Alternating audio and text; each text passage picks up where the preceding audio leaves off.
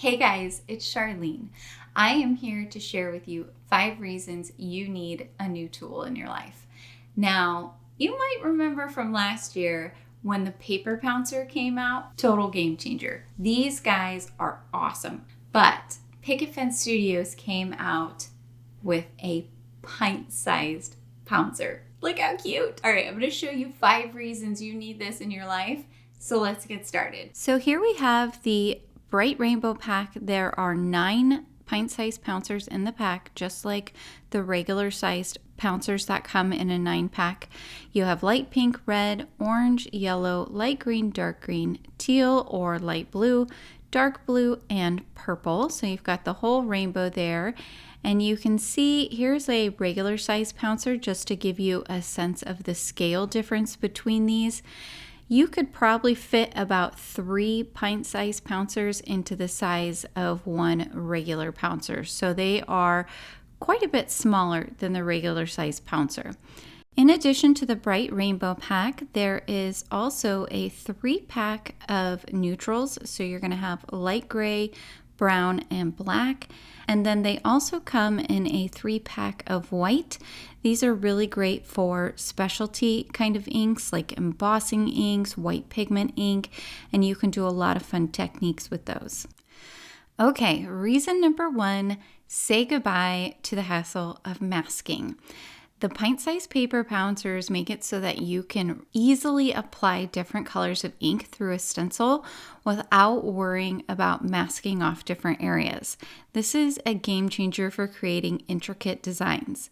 So you can see here I have my 5x6 paper inking palette. I put down a piece of A2 sized cardstock, and then I'm using this gorgeous stencil. I will link down below in the description to everything that I'm using today.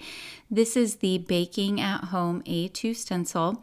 And then I have my teal, blue, and purple pint-sized pouncers. So I'm just picking up some ink from my ink cube there, and I'm then pouncing it right over the top of the stencil. It's super easy to do, and you can see nothing is going into that next section of the stencil, even though I only have that teeny tiny line in between the 2 areas. So this is going to work for the majority of your stencils. You're not going to have to mask things off. Now, certainly if you have something right next to each other, you may still need to do a little bit of masking, but this really makes it easy for you to color in stencils, especially if you have floral stencils where you have leaves and flowers and things like that. And keep in mind, these operate the exact same way that the regular size pouncers do. So you're pouncing up and down. So you saw that I didn't use any pixie spray or anything like that. But because I'm pouncing up and down rather than swirling a brush over this stencil, I don't have to worry at all about the ink getting underneath those tiny parts of the stencil that could easily lift up if I was using a brush. Now, I did not speed up anything. All of this is done in real time. I did cut out some of it because I wanted to shorten the video, but it only took me a few minutes to color in this entire stencil. And you can see I have all 3 beautiful colors, and I'm just going to peel it off of my palette so I can give you a look up close. Really, really pretty. So I want to show you just how close you can really get with these pouncers. So I did a second background. This is with the bottom layer of the Bake a Cookie A2 stencil. And you can see those circles are literally right next to each other. I did no masking. I came in here with every single paper pouncer and did an array of colors all the way across the stencil.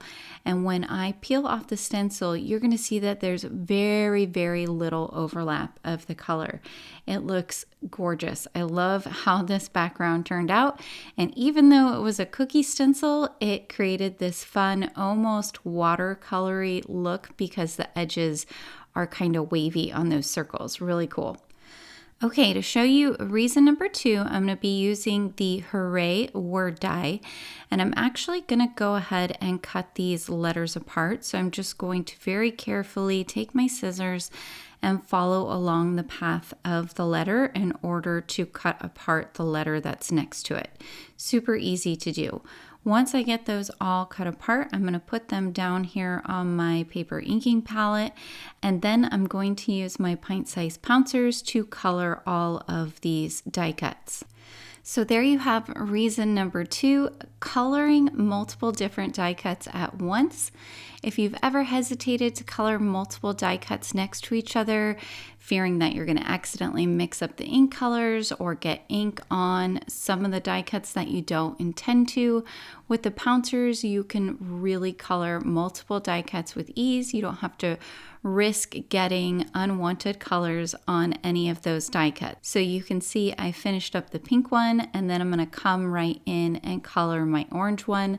I'm doing these all in rainbow. We've got some bright colors for this video, so I hope that brightens up your day.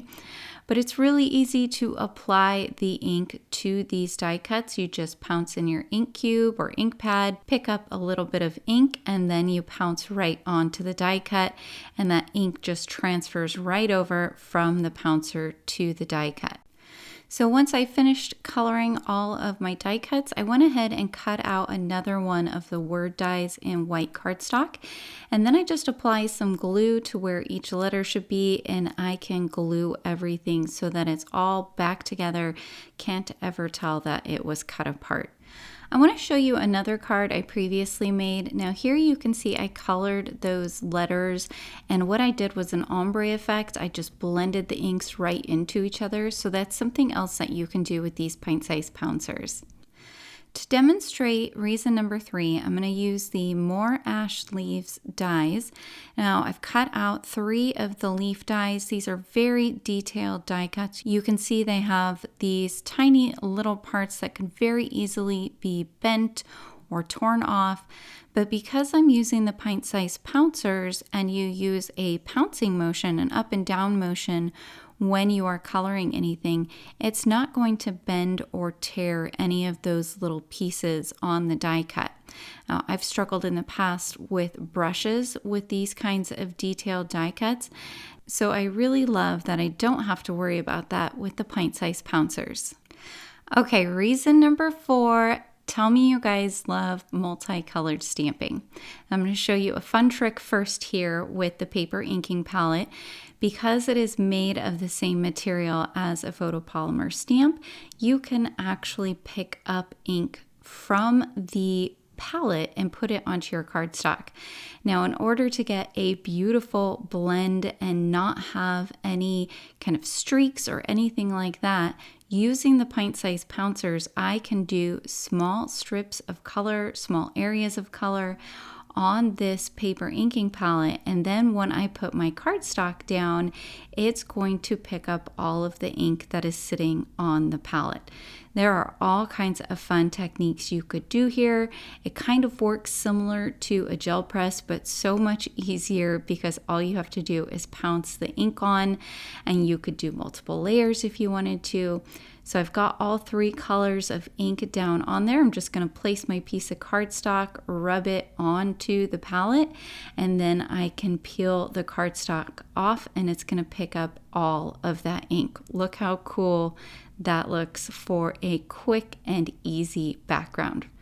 Okay, I showed you that fun trick with the paper inking palette, but now I want to show you with those regular stamps that you have in your stash. I have these larger silhouette style stamps of fish. This is the Officially stamp set, and I'm going to go ahead and ink each one of these up with a different color.